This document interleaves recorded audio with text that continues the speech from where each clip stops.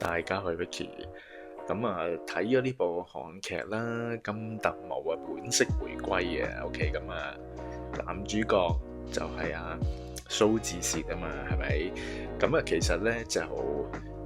實呢啲劇咧，你一睇嗰個包裝咧，咁其實即個朗都大約估到啦，係一啲已經係回歸平淡嘅特務，亦都係一個父親咁啊，因為一啲原因咧就要即係回歸啊嘛嚇，即係又要出山啊咁樣又咁啊，當然係 detail 你要睇個劇先知啊。咁但係其實呢啲嗰個朗咧就好明顯係走呢個路線嘅啦嚇咁樣。咁啊，當然啦，呢部劇咧都相當聰明啦，係喺短短10集裏邊咧，其實係充滿住唔同嘅元素啊，咁啊令到嗰個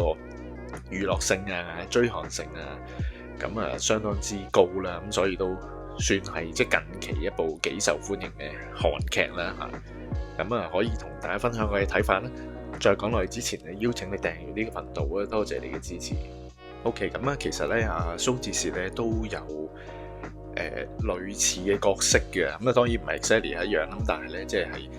講佢好打得㗎，即係做特務啊、揸支槍啊，咁其實你睇翻佢過往呢啲戲啊，或者啲劇集啦咁都係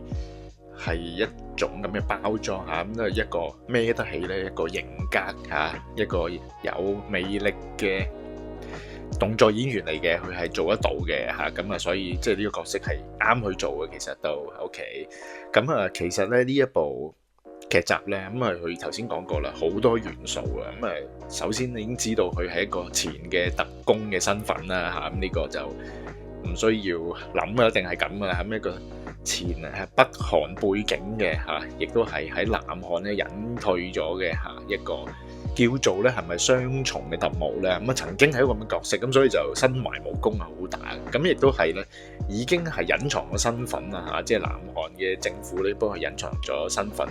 回歸咗平淡咧喺銀行打份工湊住個10幾歲青春期嘅女咧，咁就係過住一啲好平淡正常一個父親單親父親嘅生活。OK， 咁而呢部劇咧頭先講過啦，佢有唔同嘅元素嘅咁啊當然啦，好快你亦都講佢咧係個女咧喺學校嘅受到欺凌啦，咁啊涉及到呢啲咁嘅情況啦咁啊亦都講佢咧其實係有兩個老死嘅咁啊見慣見熟啦，就係崔大勳同埋尹景浩。咁啊今次呢兩個咧係擔起一啲咧，佢又唔係插科打諢嘅，即係一啲係都係啲好強身懷武功嘅一啲特務啦。咁啊其實主要孭起一啲即係團隊合作即係一啲任務橋再加埋一啲類似咧嗰兩個拍檔咧似一啲嘅搞笑福星橋咁嘅形象包裝咁嘅情況咁而咧好快咧亦都講到咧因為個女咧被欺凌涉及到一啲同其他有錢背景嘅同學嘅欺凌遇到一啲嘅情況咧就失蹤咗咁啊變咗一條咧老豆揾女橋咯，即係 Taken 咁嘅橋啦咁啊好多嘢嘅咁啊又要揾女，咁啊由於佢一個特務嘅身份啦相對去揾女嘅時候咪揭露咗佢嗰個有啲武功啦，係咪？咁啊亦都係咧由一個平淡隱居咗嘅前特務就浮翻上面咯，咁啊又變成一條更加大嘅問題，就係因為佢係前北韓嘅人嚟噶嘛，變咗係南北韓嘅關係又牽扯到咁樣話，咁你可以想象到係嗰條橋係錯綜複雜令佢嘅背景嘅複雜嘅背景由一個揾女嘅小事衍生成為即係接近係兩個國家嘅一啲嘅角力嘅情況，即係咁樣。咁所以你可以想象到嗰個戲劇嘅元素係可以即係幾大嘅發揮，係咪？咁啊嗱，頭先講過，雖然呢條橋係充滿住唔同嘅元素，咁啊絕對係唔會平淡啦，係咪成個劇情咁啊？但係佢得10集咧，咁你可以想象到，其實基本上所有嘢係要好快去帶過就係大家亦都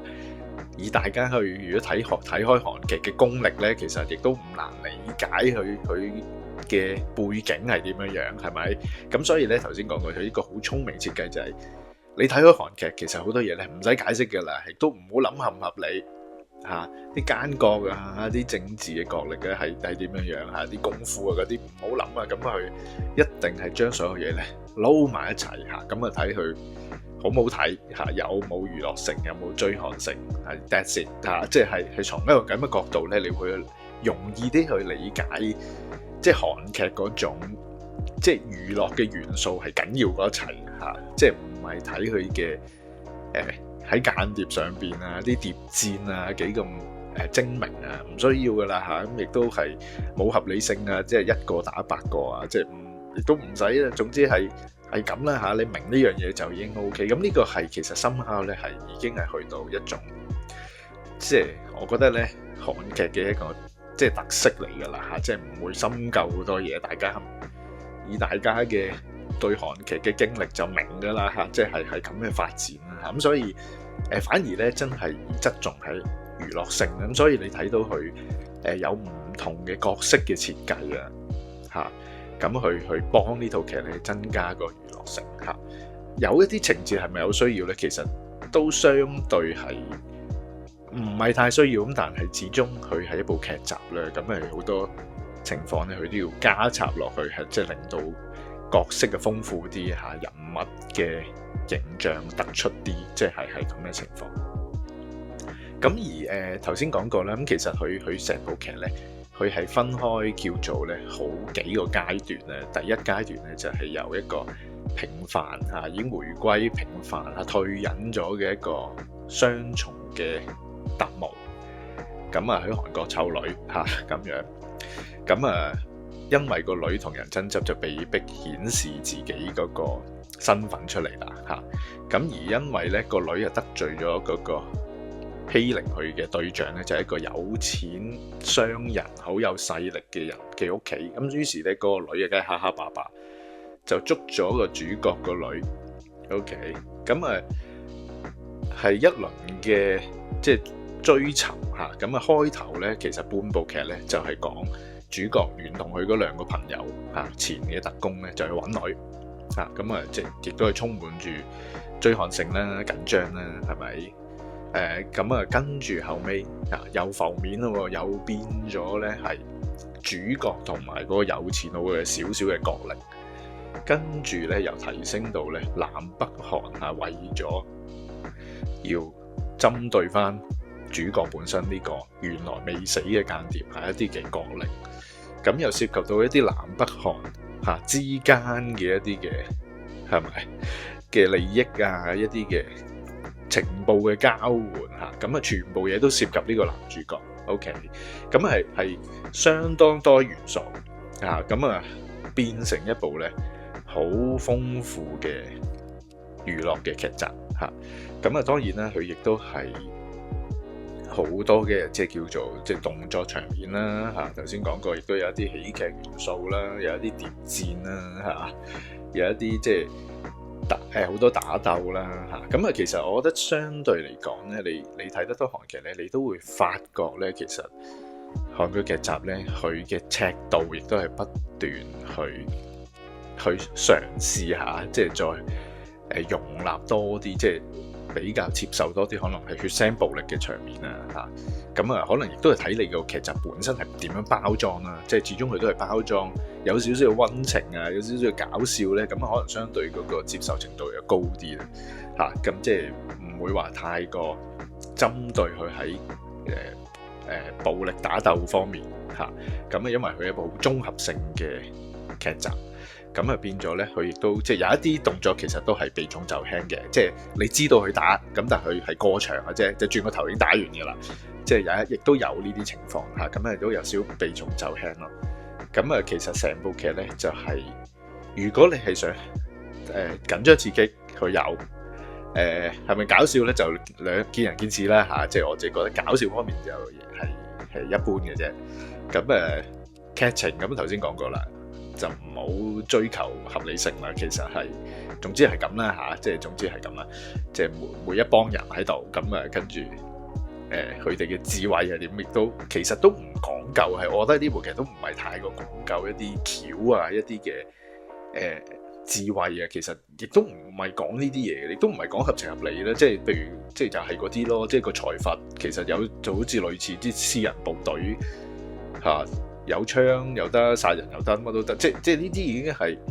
你睇開韓劇就見怪不怪，但係就係唔係啲合理嘅情節啦嚇。咁 anyway 嚇，咁算係一個正常你會係接受到嚇，一定係叫做都幾好睇嘅韓劇。咁但係咪好好咧？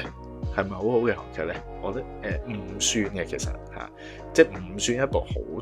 好精彩嘅韓劇嚇。佢好有娛樂性，但係或者係算係近排啊幾有娛樂性嘅劇集，但係亦都係即係節奏明快啦嚇。咁但